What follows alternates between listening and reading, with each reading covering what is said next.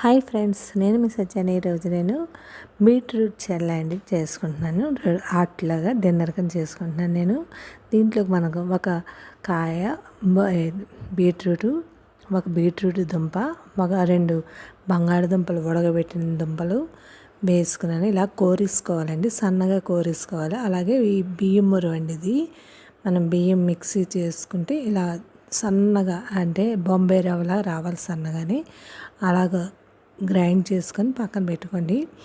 మనం ఎంత వేస్తున్నామో అంతే మురుగు కూడా వేసుకోవాలి. ఆ బియ్యం రవ్వ కూడా అందులోనే వేసుకోండి. దీంట్లోకి పచ్చిమిరపకాయలు, అల్లం, గ్రైండ్ చేసుకున్న ముద్ద, పసుపు, టేస్ట్కి తగ్గ ఉప్పు, కొత్తిమీర వేసుకోండి. అంటే బాగా కలుపుకోవాలండి. ఇందులో మనం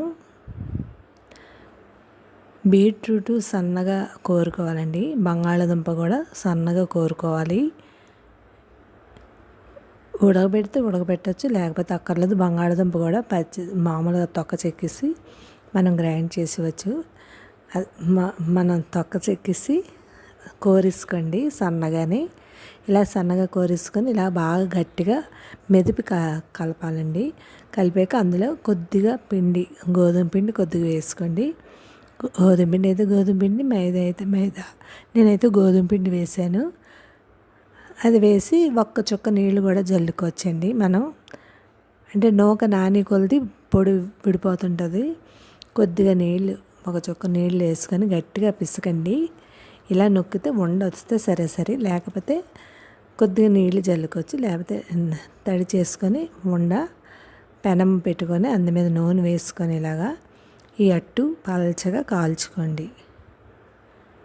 కరకర క్రిస్పీగా కూడా ఉంటుందండి.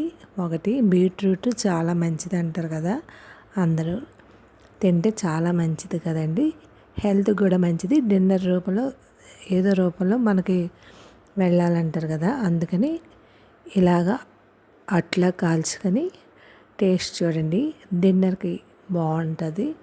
డిన్నర్కైనా పర్వాలేదు, బ్రేక్ఫాస్ట్కైనా తినచ్చు.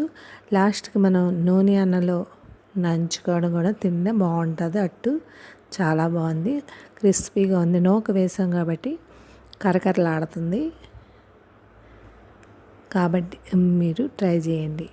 ఇందులో పచ్చిమిరపకాయలు, కారం, అల్లం వేసాం కాబట్టి ఇంకా టేస్ట్గా ఉంటుంది.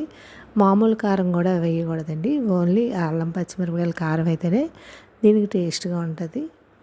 ఇలాగ బాగా నొక్కి నూనె మీద వేసుకొని మూత పెట్టుకోండి. హై కాకుండా, సిమ్ కాకుండా కాల్చుకోండి. నెమ్మదిగా కాలనివ్వండి. అలా నూనె వేసుకొని మూత పెట్టుకోండి. మూత పెట్టుకున్న వల్ల మీరు బీట్రూట్ కూడా మనకి మగ్గుతుంది. చూసారా, ఆ ఆవిరి కూడా నీళ్ళు అందు మీద వేస్తే ఇంకా క్రిస్పీగా ఉంటాయండి అట్లు. అంటే ఇప్పుడు ఒకవైపు కాలేక చూసుకొని హైలో పెట్టుకొని తిరగేసుకోండి నెమ్మదిగానే. ఇలా తిరగేసుకొని అటు ఇటు కాల్చుకోండి. ఎర్రగా కాల్చుకోవచ్చు మీరు. నేనైతే కొద్దిగా మెత్తగా తీసాను.